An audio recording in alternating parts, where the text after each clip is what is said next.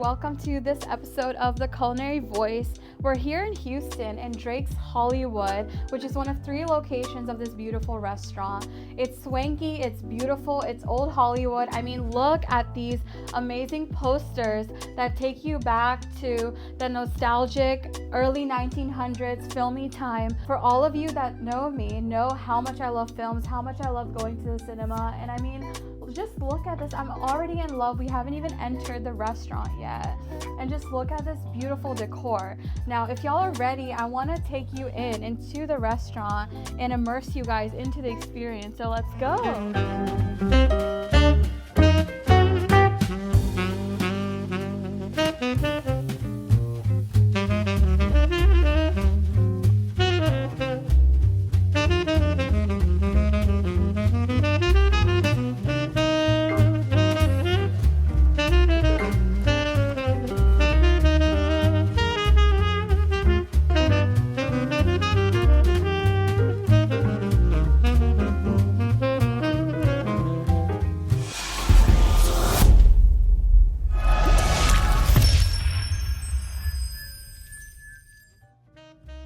Chef's getting ready for the interview. So before that, why don't we hop over and ask our friend Mark Anthony and ask, thank you so much. So I would love to get a drink made for Chef.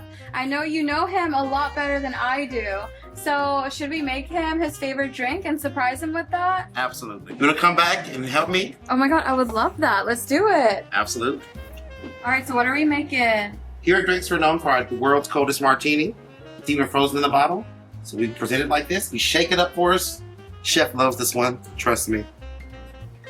You pop it on open with our olives and we pour it in. That's how cold it is. World's coldest martini. Look at that. It's so frosty. Yes, and delicious. I know you told me that you had a really cool upbringing and it was different than a lot of others. So let's get into that. So I grew up in the Shenandoah Valley. Kind of moved there, was adopted by my dad and stuff like that. So my dad actually was the mayor of the town that I grew up in. So it was kind of funny, you know, we're sitting here in Houston, so my name was Raphael Houston before Raphael Rogers, you know, and all that stuff. So I just, you know, my first really like food memory at a young age was, it was the first Thanksgiving with his family. And my grandfather was like, "You're a Rogers now, you know, wear that name proudly," stuff like that. So I was like, all right, cool. And my grandmother made me like that day after turkey sandwich. And I think it was that first time really where like you felt love in food, you know, and I think a lot of people don't realize that kind of, that memory of like, you know, even just talking about it now, I can taste the bread, you know, the mayo, just the turkey. And just like her just sitting there and just, you know, just saying like, you know, you're part of our family. And this is your family now, you know, and stuff like that. You know, I've always taken that and always remember that. And then eating her yeast rolls, which like, I love my grandmother and she's 93 years old right now. Wow. So like, and she still is in the kitchen. If I ask her to make some yeast rolls, she'll make them. And it's just the love. And I really give her a lot of credit and homage to where I'm at today. Just for the love, you know, and I grew up in a small town. My dad was really cool. He, you know, we would always go to the local meat market and the butcher. And so I grew up on like farm to table. We had an acre and a half of land that we would, you know, grow our own produce. When the circus was in town, he was like, and it was crazy because he's like, "Oh, we got to get elephant done." I'm like, "Why do we need elephant crap?" Like, yeah. You know, and he's just like, "No, it's just so much better, yeah. You know, for, you know, fertilization and all that stuff." And then, you know, growing up in the Shenandoah Valley is some like the richest, most fertile land in the world. So like we were just, you know, and during leaf season, all these restaurants are coming out and, you know, you're getting this heritage pork. You're getting, you know, all this local cattle just kind of raised and just like really being able to meet like different farmers and stuff like that, kind of understanding their stories. And parents were just very open about eating good local food. Yeah. And it's cool because you'd see like horse and buggies and Mennonites driving around and their horse and buggies, and then you go to the local farmers market and you see, you know, the Mennonite stands and you're eating their jam and their apple Very butter. organic. It's hearty. super, yeah, and like the eggs and like, you know, eating goose eggs and duck eggs and stuff like that at a young age was like, oh, this is awesome, you know. Yeah. And it's like, it's just Pretty really, cool. really cool. Yeah.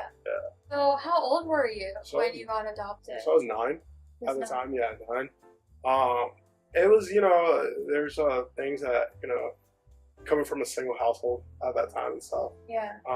You know, my mother did the best that she could do, Right. stuff like that, and my parents just they fell in love with me, Yeah. and they're just great at what they are, and they're just great people. And they just worked out together. And you know, my dad, he's my best friend. Right. You know, he doesn't have any children of his own, Okay. biological children of his own, but he made sure that, like, and he still to this day, you know, and it's crazy because sometimes when you see people who, you know, take that responsibility Yeah. of raising another person's child, Yeah. with making you his own, it's definitely like helped build character. Right.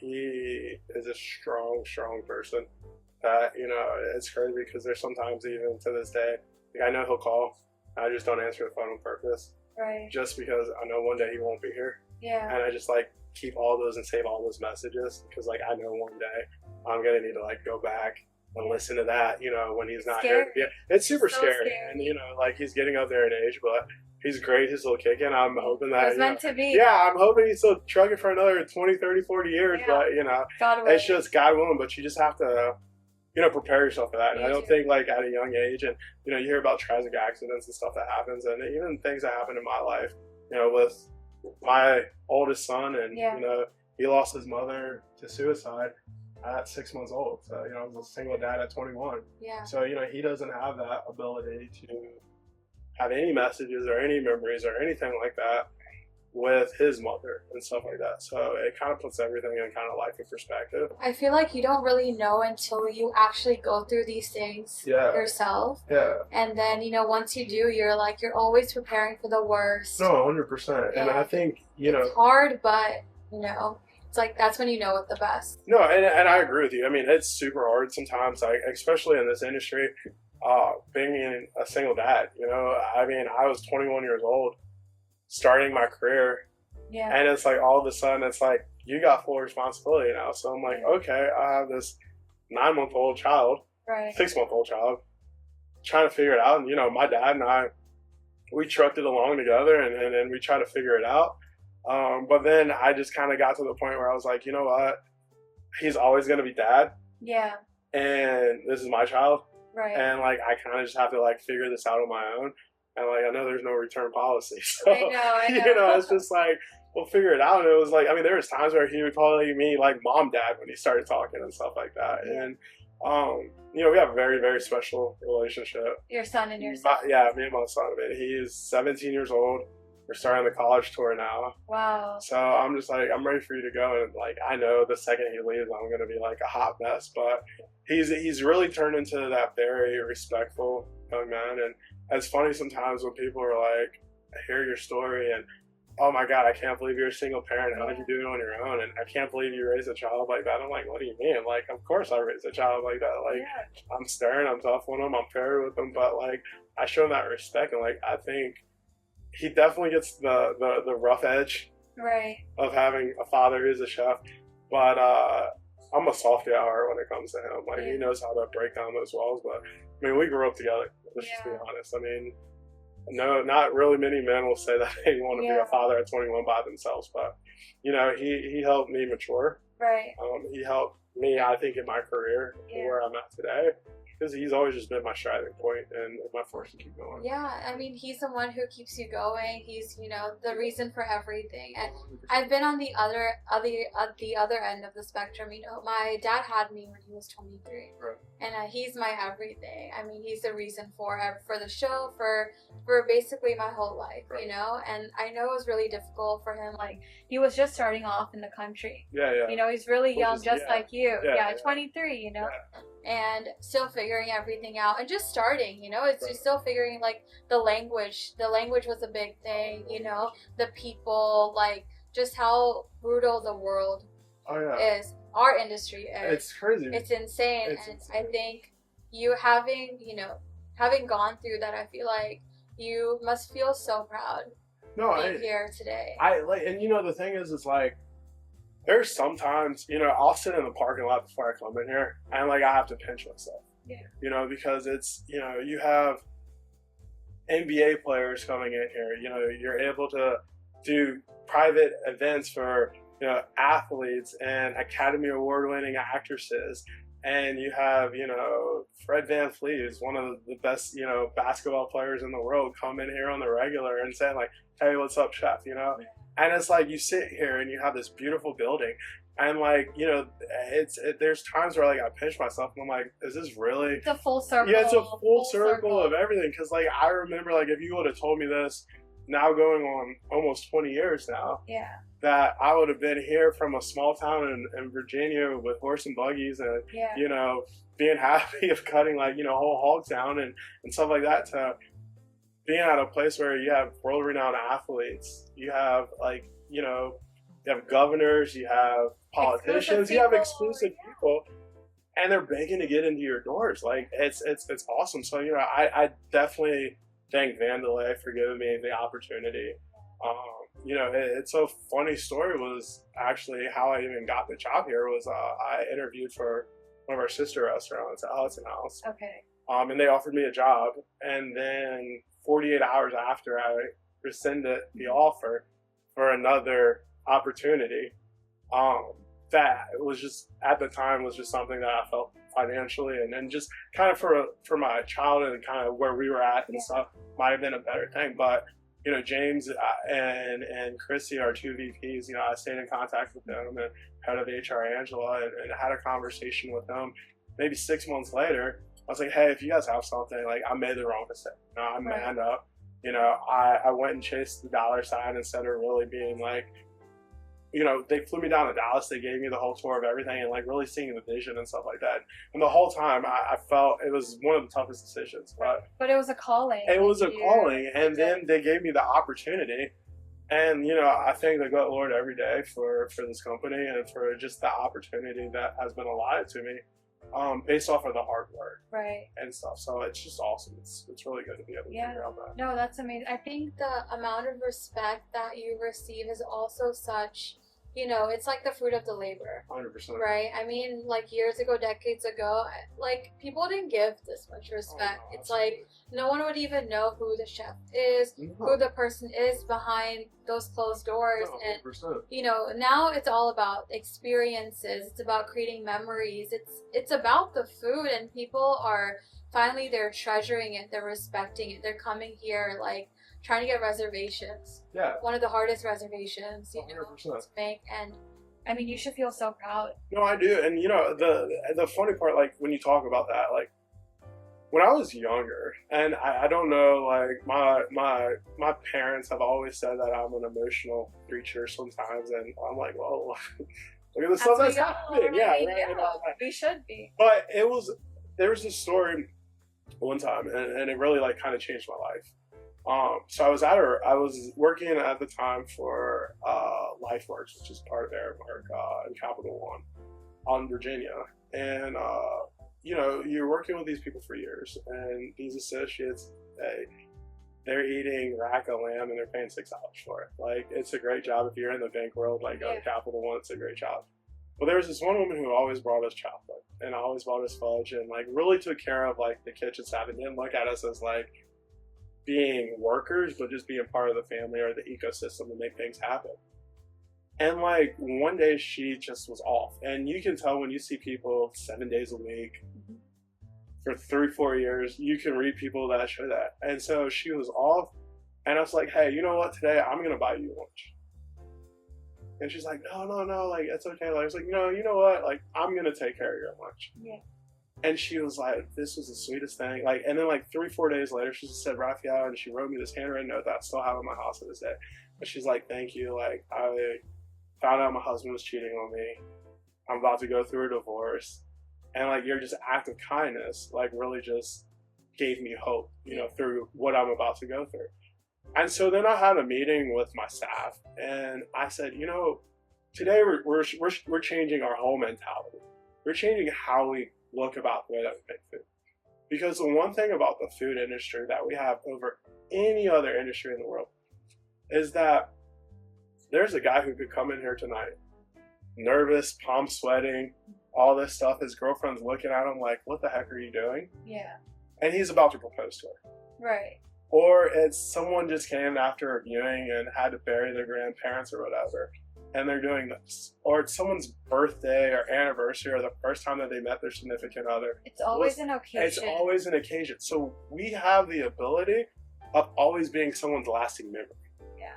And so like I really like tell myself to like challenge yourselves mentally to make each dish perfect, to get better each day. Because you don't know whose story we're about to be a part of. You don't know who or which story you're starting. 100%. You know? My dad always says that no matter how many times people come in, or, you know, people always say that, oh, like, why do you work so much? Like, why don't we ever see you outside of the restaurant? But the thing that people don't realize is that each dish is a first and last impression. 100%. You know, you can't be like, oh, you made a product, you made this glass, and you made it. You know, they know, like the factory knows how to make it. It's not a factory, you know, thing. It's like you're actively cooking the food. Yeah. If you add a little too much salt, a little too much like red pepper or something, 100%. It's going to ruin the dish. Yeah. So every dish, like, you know, like I know you're gonna make us a few things today for the episode, but even that, like, it has so much heart in it. No, And if it's right, then people are gonna enjoy it. And if it's not, you know, how it's supposed to be, then they'll be like, they won't even be able to finish the dish or start, you know, whatever it is they're starting. No, and I think the one thing that like I've realized, like, you know, when I was in my early 20s and being that headstrong chef, like, oh, you know, I'm going to be the next Food Network star. Or, Yeah. oh, you know, I've won all these competitions and I've done this and been written up in that and blah, blah, blah, blah. And like, you're the next big thing, whatever. You know, it was one of those things that it was just like, I don't want that. I just want to hang out with the boys in the kitchen. Yeah. Or the ladies. And just chop it up, play our music, you know, go and just have a good time with my crew. Like, it's not about the money. It's like just being fulfilled. And I think there's so many people who are so robotic in what they do in their career that, like, for me, like, I love coming to work. And, you know, I think that's probably why 100% of my relationships have never really worked out, because I would rather spend more time in the kitchen at work than, like, you know, and then it's like, oh, we're on vacation. And I'm like, yeah, I miss work. Can't, like, yeah, like, and they're just like, let go. And it's like, can't be here and be on the beach at the same time. Absolutely. And it's just, it's demanding. It's amazing that you love it. I mean, you have that glow. I mean, you know, look at that. But I feel like a lot of people that, you know, they're either loving it or they're just, you know, soaked in to the whole system. And I feel like it's a lot easier to love what you do because it's so demanding. no, 100%. And, you know, I think the thing that I'm getting, because don't get me wrong, I've definitely been in those dark places as a chef, as a father, owning businesses, helping out people with businesses, and like growing. Like, yeah, I don't own Drake's, but this is, you know, my restaurant. It's your home. This is my home. This is my baby. Like, I've seen it from the gutting out process to where we're at today, to being able to sit here and talk with you. And so, like, you know, my staff are my children. Right. You know, like, I love them. You know, I get mad when they're not happy, or I get upset when they're like, hey, I want to leave. And I'm like, no, you're not leaving. Yeah. Like, we have an opportunity. We built this together. We're in it for life. Yeah. We're going to be together for life. You're not leaving me. Family. We're family. Oh, And, like, I think a lot of things that you have to, like, realize in life is, like, the culture that you put in there. And, you know, I tell, like, and it's funny when I talk to these kids, and I'm like, and I say kids, but these adults, have you ever seen Remember the Titans? And they're like, what are you talking about?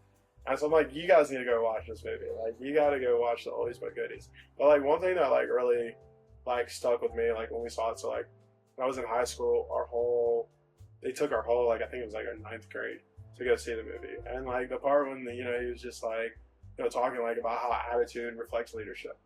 You know, like, that has always stuck with me. And so, if I'm having a crappy day, but, you know, I'm the chief here, or I'm you know, their chef, I gotta check myself before I even walk into the building Right. to make sure that, like, hey, okay, you're setting the tone, you're setting the pace. No matter what might happen at home, no matter how crazy your son might have hurt you that day, Yeah. or people who can't drive down 45 pissed you off, you gotta check it because, like, they're looking to you as their leader to make sure everything's okay. So, like, sometimes it's definitely lonely in our position It is. when people don't realize that aspect, and we carry the burden of, I have 30 plus employees. So my decision on the food, what can go, how it tastes, making sure everything's to spec. I don't do my job and I don't do the right things to make sure that they have what they can do, Yeah. I'm affecting their whole family. Yeah. That And and so- hundreds of customers that are Yes. coming into this, it's a lot of pressure. It It's a is. lot of pressure to hold. People forget that you're a person too. 100%. You have your own life, you know, Yes. like you're out here, making these meals happen, making these experiences happen. Yeah. But yeah, people, I feel like this is why we're here, right? No, People 100%. will be seeing this story and hopefully they can understand that there is a real person behind their food. There is, yeah. Yeah. Yeah. Even for your whole team of people, like Yeah. they also know that, like I know he's trying his best every day, Right. putting in the effort. Right. But it's not easy. It's not easy, and especially like you have different language barriers, you have different people from different backgrounds. I even had to learn how to check myself and like my tone and the way that I would be with my staff, because even coming from a different background culturally wise, like working with other people, like your tone might be aggressive to them and you don't realize it's aggressive, Yeah. or the way that you enunciate or say something might be offensive towards someone. And I grew up in that generation of like your chef would throw a pan at you and tell you freaking suck at life, Yeah. to like can't do that now. It's like, oh hey baby, are you okay? Like, is everything all right? So like I tell people these days, like as a chef, I feel like I'm more of an accountant and a therapist Right. more than anything in this world sometimes. But so it's great when you get to go back and you get to cook with the team and they see you on the line and they see that you care about them, and I tell them every day, like, I appreciate you guys, I'm here for you. Like, hey, I'm honest with them, like, hey, last period, we weren't where we were supposed to be at with food costs. Our waste was too high. Yeah. You guys took way too much time to do this. This is the goal for the next period. Let's be better. Let's do that. You guys work hard day in and day out, but let's continue this. Constructive. Yeah, criticism. absolutely. Yeah. But definitely just being, very rewarding and fair and honest with them. Yeah. And I think a lot of chefs, especially growing up, would kind of throw each other under the bus. Yeah. Because they were fearful of showing any weakness. Right. But I think showing not necessarily weakness, but what you might not be the strongest at, and helping your team really kind of help cater that part of what you're doing, Right. really kind of just makes everything a whole lot better. They're like, hey, this guy's not that, DB that I can't approach or talk to. Yeah. Like, he's just very, He's I want real. to work for You're that guy. human. Like, he's a real Yeah. person. And stuff You're like not that. trying to use them. You're not trying to take their advantage or anything. You're genuinely trying to build a healthy team and genuinely be there for No, them. 100%. Yeah, as a person, you're a great son. You're a leader. You're an executive chef. Right. You're a therapist. But I also know you're a parent. Yeah. You told us that your son is now 17, Yeah, he's 17 years old, getting yeah. ready for college. Yeah. You shared with us a little bit that you're a single parent. Right. So let's get into that a little bit. So Must have been tough. there's times when I look back, especially when he was younger. I was 21 years old, and I look more of having my child as it's a cool little person of me, instead of really like understanding what it was to become a parent. And that saying of like your heart gets ripped out of your body and now it has 2 feet, 2 arms, 2 eyes, and a heart of its own is 100% the truth. The second I held my son for the first time, changed my life. But it has been a struggle. Because I think at the beginning in the early ages, I really was still trying to be this. I was trying to find my place Right. as a You're chef so young. and all that stuff, and I'm You're trying so to figure young. out where I wanted to be. That I made some mistakes as a parent, and I'm paying for them now, with trying to set some boundaries and stuff like that. But the one thing is, he knows that I always have his back, that I'm always there for him. But the hardest part I would say is now, especially him being 17 and the long hours that I'm putting in now. And I don't think he realizes that, I'm trying to position myself so that, when he goes to college, he doesn't have to worry about anything. He doesn't have to work like I had to. Right. He doesn't have to go through that stuff. He can focus on school. He can focus on getting that scholarship. He can focus on being the person that he wants to be and not have any like financial responsibilities or anything like that. But I have realized, you can't get time back. I'm 38 years old, about to be 39. And, I saw this crazy thing the other day that like really just like set into me is like, I've lived over like 52% of my life. Yeah. At this point. Yeah. And I'm like, so I'm on the downward decline, but now it's like really raising him, and I'm super honest with him. I'm honest with him about my depression. Mm-hmm. I'm honest about him with, the anxiety that I face. Yeah. I'm very honest about him about his mother committing suicide. Right. I'm very honest about my multiple attempts of trying to commit suicide myself. I have been honest with him when he was younger that, I had a serious drinking problem and did drugs and stuff like that. Like, I'm honest with him about that. To tell him where I'm at today is that, like, hey, don't let what you've done at a younger age. And, I had a very bad temper, Right. very angry person. Because there was a time, if I'm being honest and transparent, where I kind of resented him at a young age because I'm like, I can't go do all these fun things with my friends, and I'm 20-some years old. Be And who you are. yeah, and there were nights where I would cry myself to sleep and cuss his mother out. Like, why did you have to be so selfish? Yeah. Why did you have to leave me here Yeah. to do this? And then, the times when I've woken up and, popped 150 Tylenol PM and drank a fifth of booze and woke up and I was like, okay, well, I suck at this. Yeah. And then I had to look and was like, why would I let him go in life without having either one of his parents? Like, it's a cop out and all that Right. stuff. But I'm honest with him because I really do feel it as a parent and just everything that I've been through dealing with that and those things and the depression. And, there's been nights where, you drink too much and you have so much stress and all that. And like, you're like, well, wreck your car right now or some stuff like that. And I even told him, a story where, I had a business. I ended up filing for bankruptcy. Mm-hmm. I lost a lot of things. I ended up getting divorced because of that. And I went, hope I don't get emotional telling this story. So, I was like, you know what, I'm done. Like, I just can't do this anymore. I feel like I'm a good person. Like, I tried my hardest. And I was like, but you know what? I was like, so I got my son up, and one of my cooks at the time, he played the drums at this church, and he was like, hey, chef, why don't you go to my church one day? He's like, we have this really great speaker coming and all that stuff. And I was like, you know what? Like, and I had this plan where I was like, all right, I'm going to drop my kid off at my mom's house. On the way back, there's this curvy, windy road that I can overtake. Life insurance is good. Like, I read through my policy. It was like, hey, if I die in an accident, there's nothing in my system, all that stuff. He can get all this money and he'll be okay. And it's not like I took myself out, but like it was a freak accident thing because I was just over life at that time. So I was like, but the best memory that I felt that I could give my child at that time was taking him to church. Yeah. So we went to church and I met Pastor Carlos, and Pastor Carlos definitely saved my life that day. And I went there and I broke down unconditionally, and I told him what my plan was. I just felt like I just didn't have a purpose anymore. Like, just being a father wasn't enough. I felt that like I had this amazing run and my culinary journey where, I was the Iron Chef of Virginia and I won all these cooking competitions and I'm a Mid-Atlantic barbecue champion and all this, and I lost everything, just like that. And, he was like, this is your story. You're going to change someone's life one day.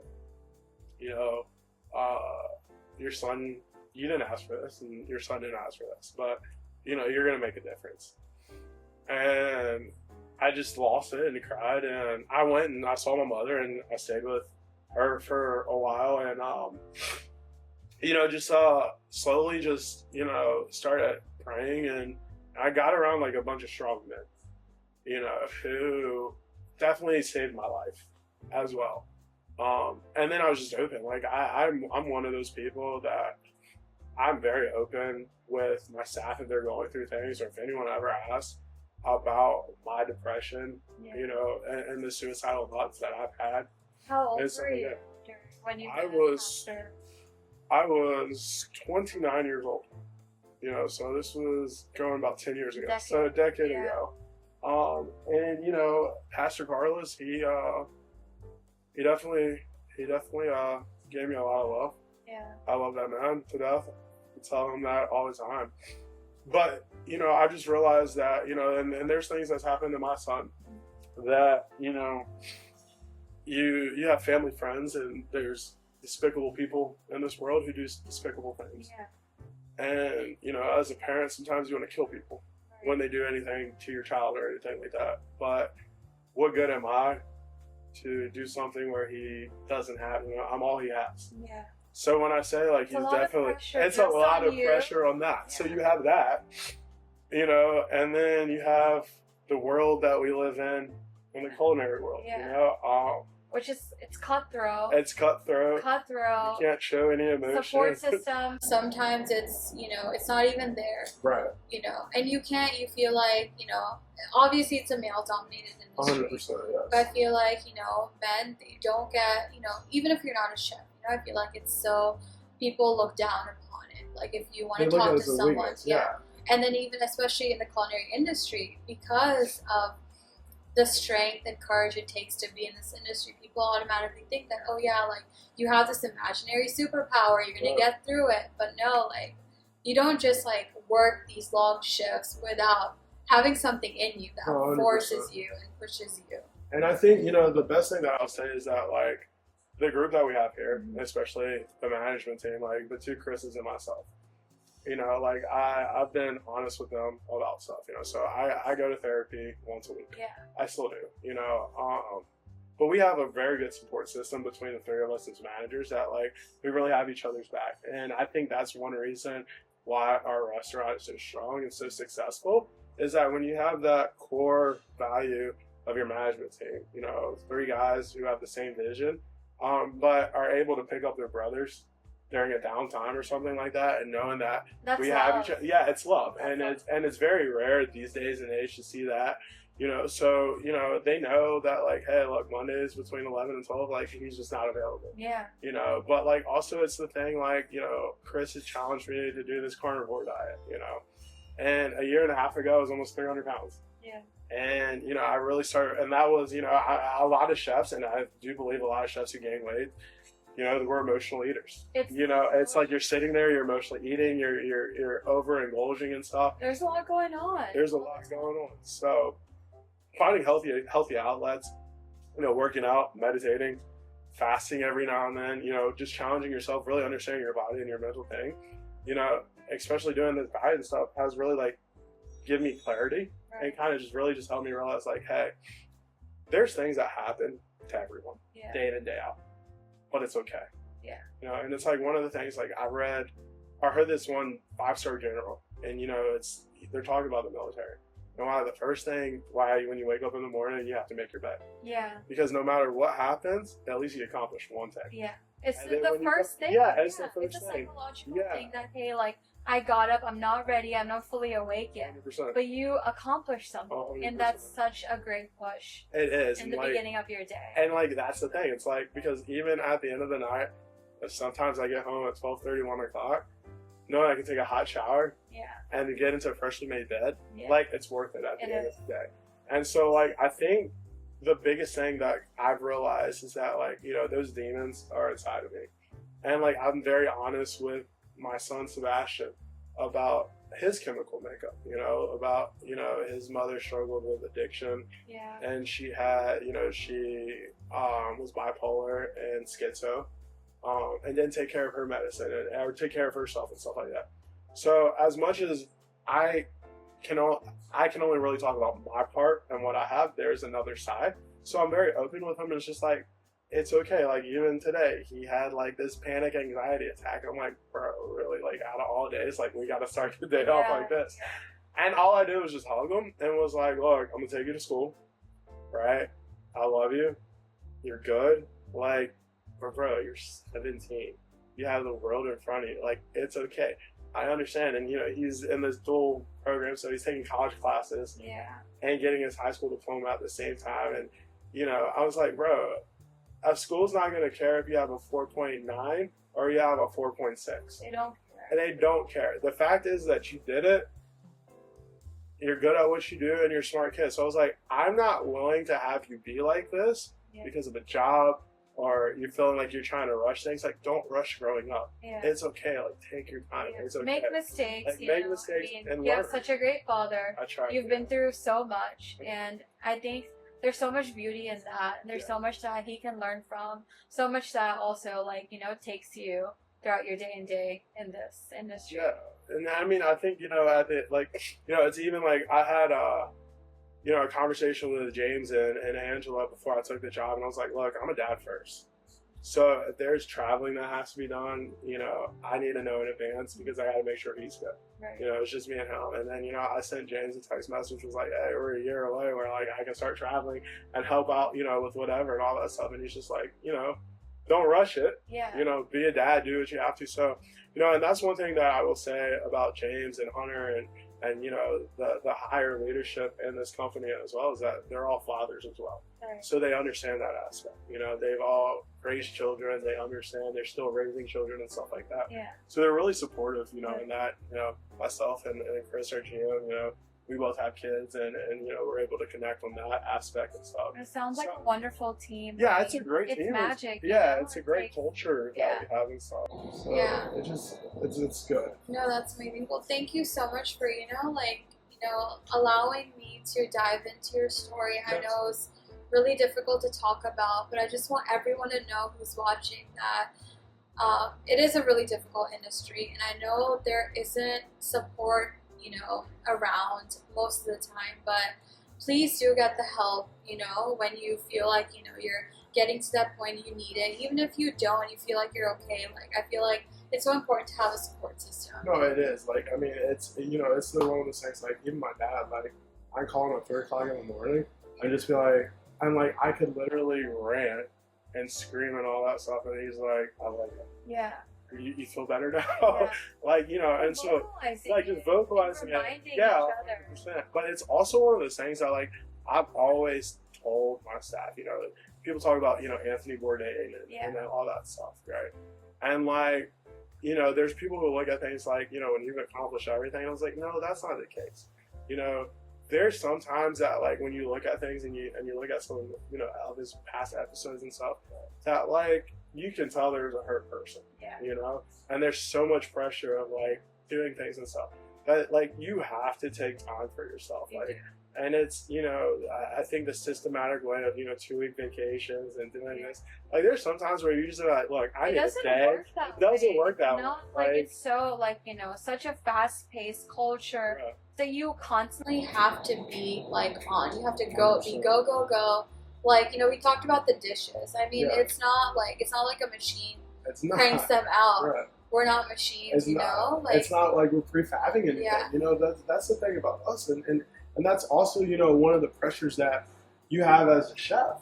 You know, our parent company and our corporates in Dallas, you know, and they're trusting us with their baby, their vision out here in Houston. Yeah. And they're trusting me to make sure that I get the right product. So, you know, when tuna's not right, you know, it's not making excuses, it's finding the best product. Yeah. And it's like, or, you know, our produce isn't right or anything like that. So it's that pressure that, like, okay, you wake up in the morning, did any of your staff members text you or call you out? Okay, cool. That's one win for the day. Yeah, it is. You know, it's a big win. People don't realize that. And then, like, you get on and you're looking and you're like, okay, everyone showed up. Yeah. So everyone got to work safe.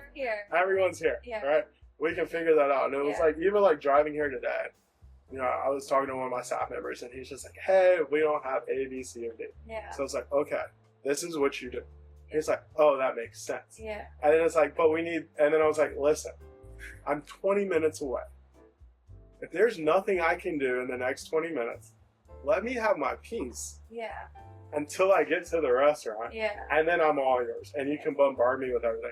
But let me just have my peace right now to get myself mentally ready. It helps for the so day. much. And It's a boost that you need. It does. And it's like, and I think that's like, even like some of the things like in past relationships or current relationships or whatever, is like setting those boundaries. And I think in our industry and what we do, we need to set boundaries with everyone that like, hey, I'm leaving work. This is that. I will talk to you for the first 5 minutes. Yeah. But for the next 25 minutes after that, till I get home, and I'll let you know that I'm home, Yeah. I need a minute to put the windows down, Yeah. listen to Have music. a just like be. Just be. And just get yourself together. Because I really think that if anyone's listening, if anything, and wants to get in this world, you got to set boundaries with everyone. Yeah. Because if you don't set boundaries, you're going to drive yourself insane. And it's something draining. and it's draining. And it's something that I had to learn. I wish I would have learned at a younger age. Yeah. But I'm happy I did learn. Because the second that I started implementing boundaries with people, Yeah. things have gotten a whole lot better. For sure. And so, like, I think that's just where you got to be at the end of the day. Well, if there's one thing that, you've been through so much, and if there's one piece of advice that you would share for the younger chefs, the chefs that have been there for a while, as well, anyone, in the industry, what is something that you would like to share with them? I think the biggest thing that I would say is prioritize your time. Make sure that you teach the people and set those boundaries with the people that they know what they're doing and are able to give them what they need to make the job done. I think for the younger people in the industry, read. Don't just Google something. Pick up a book and read. Yeah. And try. And don't think you know everything. Pick up a book. I still read The French Laundry twice a year. Just because, hey, that's the first book that I bought. I still look at, books that have changed my life and stuff like that. But also not just reading about food, but reading about, and especially if you're a man, reading about what it is to be a man. Reading that, hey, it's okay to be emotional. But it's how do you control your emotions and how are you able to be a better person every day? How can I be better, or what is it that I can learn from the mistakes or the wins that I had from the day before? And prioritizing the difference, hey, you might have effed up a dish. It's okay. It's not the end of the world. Own it. I will go to a table and say, hey, we messed up. I apologize. That's on me. Yeah. I'm going to fix it. But don't try to beat around the bush. And I think as long as you can just be real and find your outlet, whether it's going to the gym, going on a walk, going to the beach, reading a book, listening to a podcast, take, an hour, 2 hours out of the day, no matter what, and set those boundaries with your staff members, your bosses, and all that stuff, and say, hey, from 7 to 9, I'm not available. I think everyone needs their own pocket of peace. You have to. And if you don't have peace, you're not going to be successful. Yeah. I know that turkey sandwich played a big role in your upbringing and one of your core memories. But what was there a specific time in your life, and how did you get into this, the culinary world? It's funny. My dad is actually, and I'm happy. I'm sure he'll be happy that I admit this on camera or whatever. My dad's a pretty good cook. I'll give him that. So it was actually my sophomore year in high school. We were playing for the state championship in football. And my dad, we were actually playing in my dad's high school for the state championship. And my parents had an open door policy where my friends could come and stay whenever and stuff. Yeah. So my dad was always good at making a really good breakfast. So I told him I was going to help him with breakfast. So I got this big rondo. And I put a cup and a half of vegetable oil in this rondo and just started cracking eggs to make scrambled eggs. Yeah. And I put 3 pounds of butter in there on top of that. and like put all this cheese and stuff, and it was like the greasiest, most disgusting eggs ever. And like my mom was the only one, like she tried to stomach, she's like, oh, they're so good, baby. I'm like, Mom, stop lying, like this is trash, right? Yeah. So we go and we're playing the state championship, and I'm like, and like my friends are like, dude, never cook, like it's terrible, like you're not gonna be any good, all that stuff. And I was like, F that, like whatever. So like we're those like, friends now. Yeah, like so like I'm like ticked off. And like we end up winning the state championship. And I asked my parents that year, I was like, for Christmas, I was like, I want cookbooks. I want the French Laundry. I want anything Thomas Keller, because at that point, Thomas Keller was God. Everything, right, he's everything. I mean, he still is everything, right? A legend. And a legend. And I was like, and I want to be able to make Sunday supper moving forward. Whatever I want to make, I want to cook it. Whatever. Fast forward to prom, making dinner for everyone at prom. Yeah. You know, and when I went to college and stuff like that, like my roommates were like, hey, you know, you can cook and all that. But a lot of it really was just, I looked more, and I'm more of self-taught and working in the industry because I was looking to go to culinary school. Yeah. And the chef that I was looking at was like, look, if your parents want to waste money, like they can pay me $50,000 right now, and I'll teach you everything you're gonna learn in culinary school. Or at that time, you know, I can give you health insurance as a single dad, or at the single dad at that time, and give you health insurance and pay you $22,000, which I'm like, God, I can't believe, like, you know, I even lived off of that back then, but things were different. Yeah. And you can learn everything that you need to. But like, he was very like, you work for me full time. You're going to learn everything. But in 2 years, I'm kicking you out. Oh. And you're going to go find another restaurant. And you're going to go do the same thing. Uh-huh. And then at the end of that 2 years, if you're not ready to be a sous chef or a chef, leave the business. Damn. And so I was there for 2 years. I went to another place. 6 months into that, I became a sous chef. Wow. And then when I was 21, right before I got my child, I got my first executive chef job. That's amazing. At 21 years old. Wow, yeah. Look at you. So, and then, you know, so like, now you fast forward here and it's like, you know, it's everything you've been through. Like, and the cool thing, you know, being able to cook for athletes, you know, I was a personal chef for a couple athletes in my life, you know. Yeah. I've been able to cook for some pretty amazing artists and people in this world and stuff like that. So like, the journey has opened up so many cool doors, but like now where I'm at is like, I get so happy to come to work to like see what's going to bring in for the day to day, but also just like being with a company that's growing so big and so rapidly that like the proof is in the pudding, and being able to just like say like, hey, if you guys need help with anything or anything, like I'm available to help. Right. Like that for me is like full circle from like working at a Buffalo Wild Wings at 18 years old to getting into fine dining to like being here to this day. Like I've dabbled in a little bit of everything, you know. I didn't know how to barbecue and swore I could figure out how to run a barbecue restaurant. Yeah. And just did it. You know, I got involved with like some microwave technology and pasteurization with some food, and like started making meal prep, like doing meal prep and business like that. So there's little things that like I've dabbled into, and you know, I have a bigger dream and bigger aspirations of what I'm gonna do in my later life. Right. Which ultimately, you know, I want to open up a couple things, but my ultimate goal in retirement is to hopefully get enough chefs and like get with people and like open up a culinary school for at-risk youth. Oh wow, that's amazing. And just kind of have it where they understand business. Yeah. They understand It's marketing. such a big They part understand. of it. Yeah, and Yeah. like I would love to eventually like open up a restaurant for these at-risk youth, where like, hey, you're working in the kitchen sometimes, you work in front of the house, and like kind of doing all that, and like really kind of just teaching them and stuff like that. So like, I still probably need to grow up a little bit more.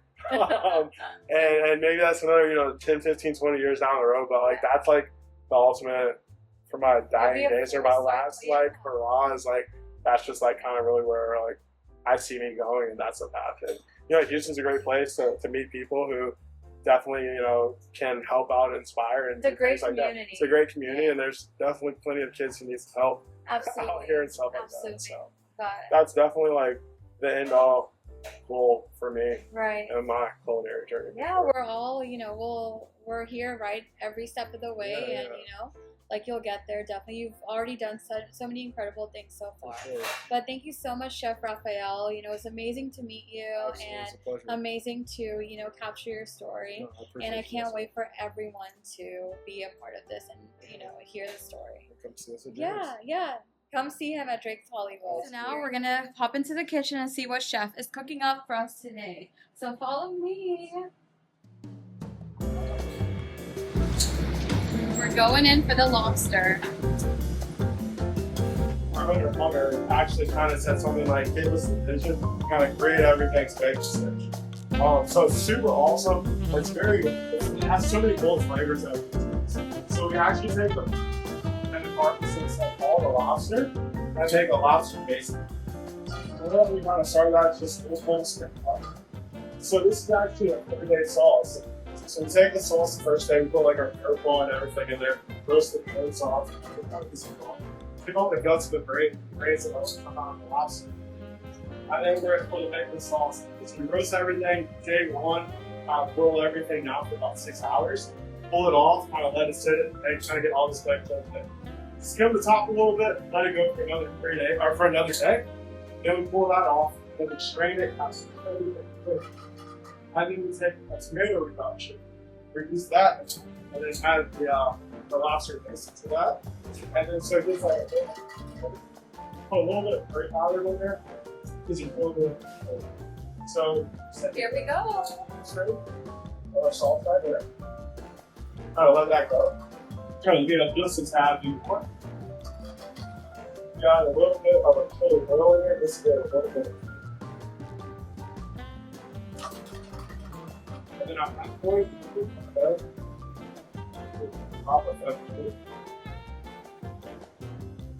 Would you say this is one of your favorite dishes to make here? 100%. Yeah. I think the best thing is that when people see it, they don't know really what they're expecting to have. They don't understand what flavors they're going to get. So it's really nice to actually just taste the natural product, natural flavor of the lobster really comes through with the part and stuff like that. So, and for me, we do this every day.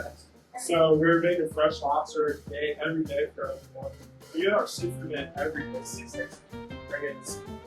And that's the one thing that I love about this company, this brand, and all that, is that they give us the ability to adjust to find the best vendors to make sure that we can get the best product. But it's not about cost per se, it's about making sure that the guests get the best quality. So we did that going through a little bit. We did a finished eating just a little bit of the pasta water, and then I just did it. Yeah, behind everything. So we let that bad boy chill for a minute, kind of reduce down a little bit. And then what we'll end up doing is, towards the end, finishing, we're going to do a little bit of brandy, and then a little bit of water to kind of just tie it over and fill up. And this has been one of those dishes that we put in here. Just see the presentation, taste, and oh wow. This is what it's all about the experience. And that's the best thing about this brand and all the brands that we have is that it's a different experience, but you get to drink, you're having that vibe, you're sitting there, you're having a drink, you're enjoying life. And the real big thing is that the quality of everything and all the dishes are just spot on for the flavors. So it's a beautiful day, and that's one thing that we really enjoy. So then one thing that I also look at is that sometimes if it's too light, the color and stuff, we'll add a little bit more of the chili oil, just to kind of darken it up just a little bit more. Or we'll add a little bit more of the sauce and just kind of get a little bit more flavor. So then we'll go in here. So we're almost at the point where we want to add brandy and stuff to it and kind of finish the dish. Traditionally, what we're looking for, the guest experience and all that, is about a 4 to 5 minute pickup.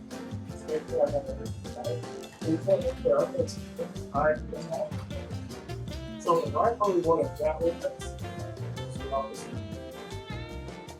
And then on that, we go. Get everything up. I turn the heat up just a little bit more, just to make sure that we get all the brandy cooked out and everything. So we'll just hit it a little bit. Kind of get that going.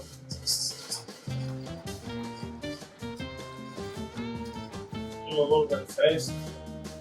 Everything's always good. So then we go with it. So then when we come to this side, cleaning of the aspirations for this dish is one of my favorite. And then what we like to do is take the pasta and kind of just build the pasta up and let the rest of it just kind of build itself together. So what we're looking for is height. We're plating here. So we build and we get all the pasta to kind of get that rolling.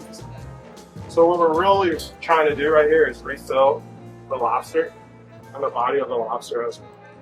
Wow, look at that.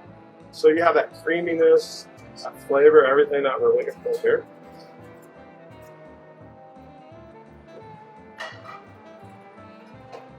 So then at that point, you know, chefs, we always like to play with our food. So then we take a little bit of our parsley, put a little bit of here. And then we always say butts up, our tails up. Uh-huh. We'll have that, we push everything together. And we add a little bit of parsley, kind of give it a little garnish up here. Good plate.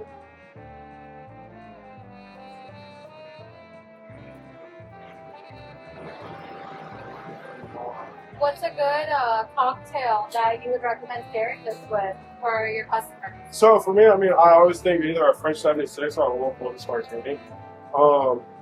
Also, if you're looking for wine, actually with the flavor, and I think a lot of people don't realize about wine and lobster, red wine actually looks great. So like a nice cap, you know, Yeah. or if you're looking for like more of like that fruity, grapefruity Chardonnay with kind of those yellows, the lobster from Drake's Hollywood.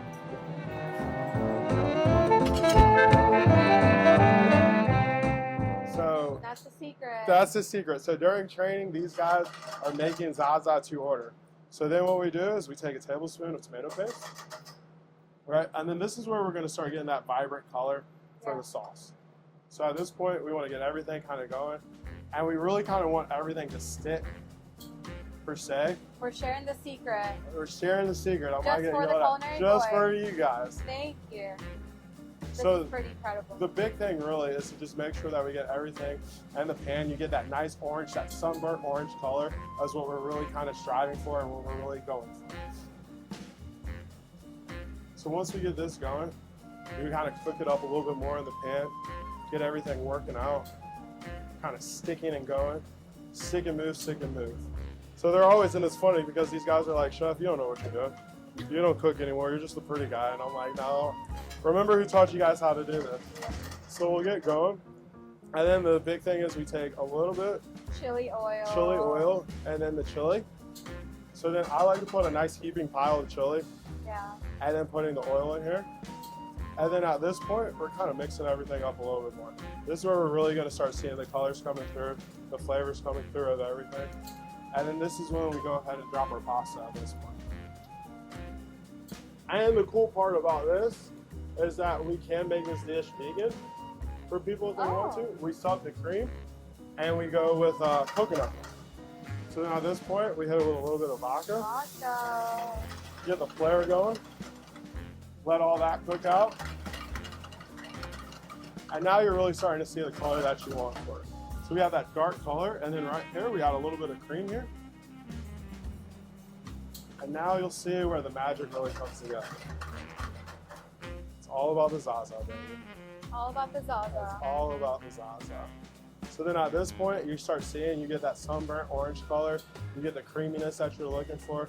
And the big key of everything when it comes to making the zaza is to just make sure that every piece of the pasta gets covered in that sauce. Yeah. Because this is what people come here, this is the showstopper. So we'll go ahead and get that going. And then right there, we give it a couple little toss. Just make sure you see where everything's starting to get evenly coated. Sometimes if you see it and it's like, okay, when you make enough zazas, you're like, that's a little dark, right? So add just a little bit more cream. Just lighten it up just a little bit more. It's what everyone loves. Everyone loves the zaza. How could you not? I mean, look How at could that. you, and then so then we have secrets of the zaza. So sometimes people add chicken. Sometimes people add shrimp to it. Yeah. What we kind of like to do is we like to add a little bit of our spicy Italian sausage to it to even give it a little bit more flavor. So then at this point, our zaza is good. And where we'll go right here, we will come over here And what we like to do with the zaza is really just let it plate itself. Let it fall down, kind of plate, do what it needs to do. Just let it be. Just let it be, because it's all about the zaza. So we let that go. And then what we do, let's see, we take a little bit of chives. And then, excuse me for my reach real fast, I do apologize. You guys. Then we take a All little about bit the zaza. of crushed red pepper flake. Wow. And then, All right, so we're gonna do the tasting. I have Sid, since I can't do the lobster, he's gonna dig in to the beautiful. I'm gonna take the zaza. The zaza's all for me. Ladies first. Okay, all right. So this is like almost too pretty to be eaten. Wow. It really is all about the zaza. it's Yeah. all about the zaza. It's spicy too. It's spicy. It's spicy. But it's so good. Alright. You're trying to do the lobster.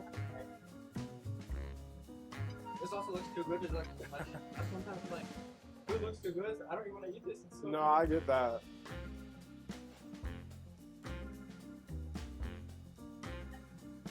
Alright, that's really good. That's The good. Right. showstopper. And then you get that hint of that curry towards the end and stuff like that. I It's was like, wow. yeah. So that's the the whole big showstopper behind that dish is like the wow aspect. You're like, oh man, I'm not expecting that. I'm not expecting all that flavor.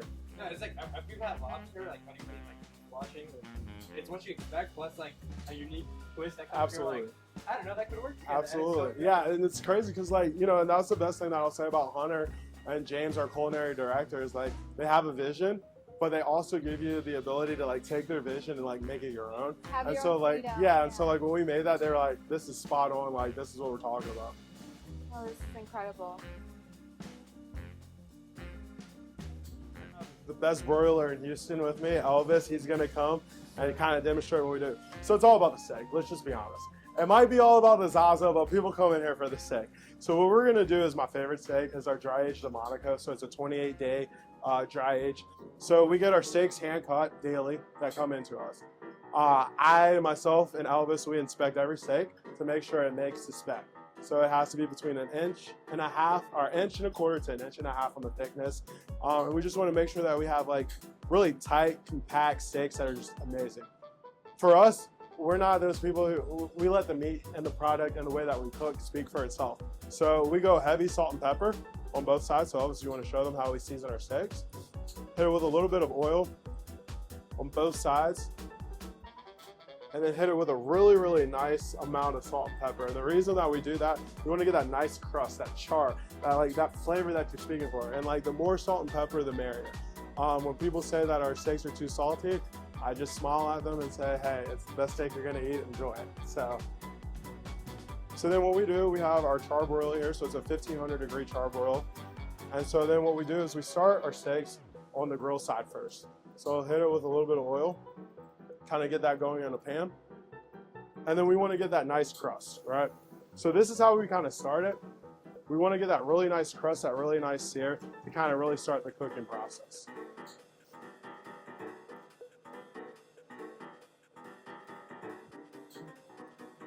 There he goes. There He's he goes. cooking. He's cooking it up. He's in the kitchen chefing it up.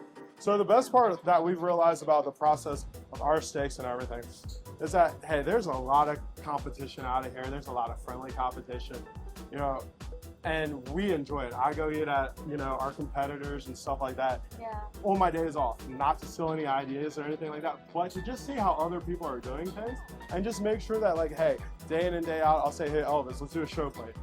Cook me up a fillet. Let's look at the fillet. Let's taste it. Let's make sure that everything's right.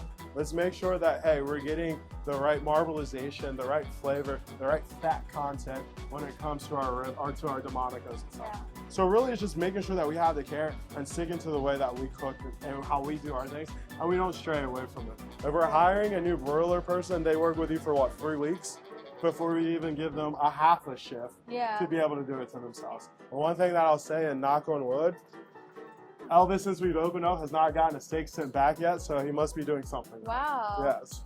So he'll add a little bit more oil in there just to make sure that we get that same char on the reverse side as well. So you see right there, and this is the big point right here where we're talking about that salt and pepper. That nice crust, that nice layer of that salt and pepper is what gives that crust to that steak. That's what's gonna really enhance that flavor. And then when you're really kind of eating your steak, what we're really looking to do and what we're really trying to accomplish is different aspects and different flavors for each bite. So you get that crust where you have that nice saltiness, that pepperiness and all that. Then you get the flavor of like almost that hint of blue cheese per se from the dry aging process. And then at the end you'll see we melted in our own house-made truffle butter that like just makes the dish like so spot on, so much flavor. It's just like give me more, give me more, give me more. Seals the deal. Seals the deal, yes. So Elvis also at this point will then, to lock in more flavors, start brushing it with a little bit of butter. This also helps making sure that we don't burn anything and that you don't get that terrible too char flavor that some people say that they have in that steak. So, and then it also helps enrich and like layer those flavors that we're looking for. How long does he usually cook it for? So we're going, what, mid-rare on this one today? Well, good. Yeah, mid-rare. I'm gonna take it 8-7 minutes. Oh, wow. 7-8 minutes. Wow. So, you know, the one thing that we've realized, and it's like the cool thing about when people order and stuff, you know, the Drake's experience is like you might come in and you'll get sushi, right? And you'll say, hey, I'm going to order sushi. I want a crab cake. I want a pizza, and I want a zaza. We're going to send it out slowly, one dish at a time. We want you, we're not that restaurant where we're going to just bombard you with all your food. Everything. We want you to enjoy it. So, hey, if sushi comes out first, or if your crab cake comes out first, whatever comes out first, we're sending it to you. We want you to start something. We want you to enjoy something. We want you to have that wow factor. Like, oh my God, like, it just keeps getting better. It just keeps getting better. And then Elvis makes a showstopper why everyone wants to come and eat and gets those great steaks for us. So the big thing that we find is there's hot spots, there's cool spots, there's all that. So what we're really looking for is like we're moving our steaks in the right places. So he'll know that like, okay, hey, I'm 3 to 4 minutes in right now. I have it in my hot spot. Let me go ahead and kind of get it down so that we can get a little bit fuller on the different spots. And then he's going to refinish it at the end, right back on the cast iron and stuff to just make sure that we lock in all those flavors. Yeah. But it's also awesome because like when we're really cranking, we have both broilers going on. He's also not just doing this, he's also cooking our salmon. He's also making our bronzino. So he's like really going, and it's amazing when you see these guys and they have like 20 plus steaks and I'm sitting over here and they're like, chef. And then I let my broiler guy kind of control and dictate the whole thing. So not only is he listening to me calling out steaks and returning that, but then he's saying, hey, I need the Milo's lobster in 3 minutes. I need a Zaza in 2 minutes. Right. Go ahead and fire that. So he'll have this whole reel full of tickets. Full of tickets. And he's just rolling, and then he'll be like, hey, chef, can I get a call back? I'm like, are you in the weeds? He's like, can I just get a call back? And I'm like, all right, cool. Yeah. So I give him a call back, but like, we have a really good time back there. You know, everyone, when the crew's back here, we're really flowing and stuff. It's just awesome to see, you know, the hard work, the dedication that these guys put into. Yeah. And they really take it personally. Like, you know, if one of our other broiler guys, when Elvis is off, is working and he gets a send back or something, you know, I'm like, he's like, man, chef, I'm sorry. So they take it really personal, but also they understand the story behind kind of what we're doing and why it's so important. You know, we pick the highest quality product. We make sure everything's good. So it has to be pushed. You know, I would rather you be a little bit under than over. We can fix that, but just make it a little bit perfect. So one thing Elvis does, and it's one of the old school things, takes a cake taster, tester to kind of fill, and it puts in all the steaks to fill to see where the temperature's at and all that to see where it's at. So he took it off for a second, kind of just went in the center. I was like, okay, cool. I probably need another minute and a half probably. Yeah. So, and that's the one thing that I will give Elvis and kind of our staff, and even, you know, in Dallas and LA, that's kind of the seasoned broiler guys and teaching the younger people in our generation, like, hey, yeah, you can go for fill and all that stuff, but hey, let's get in there. Let's make sure that we have the right temperature. Let's make sure we're doing things the right way and stuff. So that's one thing that I do give Elvis a lot of credit for when he's teaching people. Heck, he even teaches me that. He's like, chef, yeah, you think you're that good, but no, like, come on, let's just make sure we do things the right way. So that's what's one thing that we really strive ourselves into, trying to be the best and to make sure that we do put the best product out. And make sure you have that experience where you're like, hey, I come in, I'm getting that Delmonico. I know it's going to be perfect. Elvis is back there throwing it down on the grill and stuff like that. It just makes life a whole lot easier. No, I think like the way that I hear you speak about your team, I think just speaks volumes about how like who you are as a person. No, I feel like it's so important to recognize your team because everyone knows that a kitchen isn't a one-man show. You do need like, you know, every hand that you can get. And if you are such a respectful leader, everyone will look up to you more and more. And, you know, like you can't work without them. No, 100%. Yeah. And like the best thing is like, you know, all my staff, you can go and talk to all of them. I'm gonna be like, hey, we know when he's cranky. Yeah. We know when we need to feed him to make sure that like he starts smiling and stuff. But every day when I come in, like when I open the door, it's your part as a leader. You say hello to everyone, you check on everyone, you make sure everyone's good. I can read everyone's body language. Hey, what's going on? Let's have a one-off. Let's just talk and just make sure you're good. That's the best thing. It's Absolutely. a family, and I feel like it's so important to check on everyone. The way you do. We 100%. spend so much time at the restaurant, Right. and it's so important. Oops, I'll get out of your way. It's so important to have a well-running system and good people around you. Absolutely. So hit it with a little bit more butter. He's gonna test it to make sure that the temperature's good. So you see right here, that's what we're talking about. This is like that final layer of making sure that we get that really super nice crust. Yeah. That showstopper that you're looking at. Making sure the spinella stays intact, making sure that the steaks stay in a hole. Yeah. And that's the one big reason too, why we kind of do the sear first, is to lock everything in. We have our meat, we make sure that everything comes to like a room temp so that we can just lock everything, make sure all those flavors are there, that you're getting that really nice steak intact when you order. And so he'll check, as you can see, at different spots of the steak to just make sure that the temperature is right, that we're at a good place and everything, to make sure that the steak is the perfect temperature that you're looking for. So it'll start the melting process on there. And so then you can see, you got that nice layer, you see where the steak's bleeding down, all that good stuff. And then what he does after that is he's gonna torch that steak and melt that butter.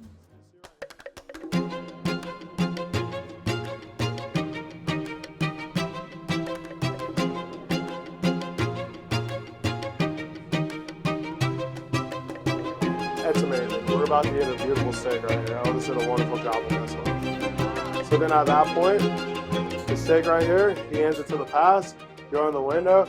I just make sure everything's good, give it a final little touch. Yeah. And if you guys are ready, you guys can try this in Monaco. Yeah. Let's do it. That's it, baby. It's all about the Sid. There you go. Alrighty. I'm gonna hand the fork over to you. So Sid, let's go. Go ahead, take a piece. We'll cheers it up. Cheers to the Cheers, steak. There we chef. go.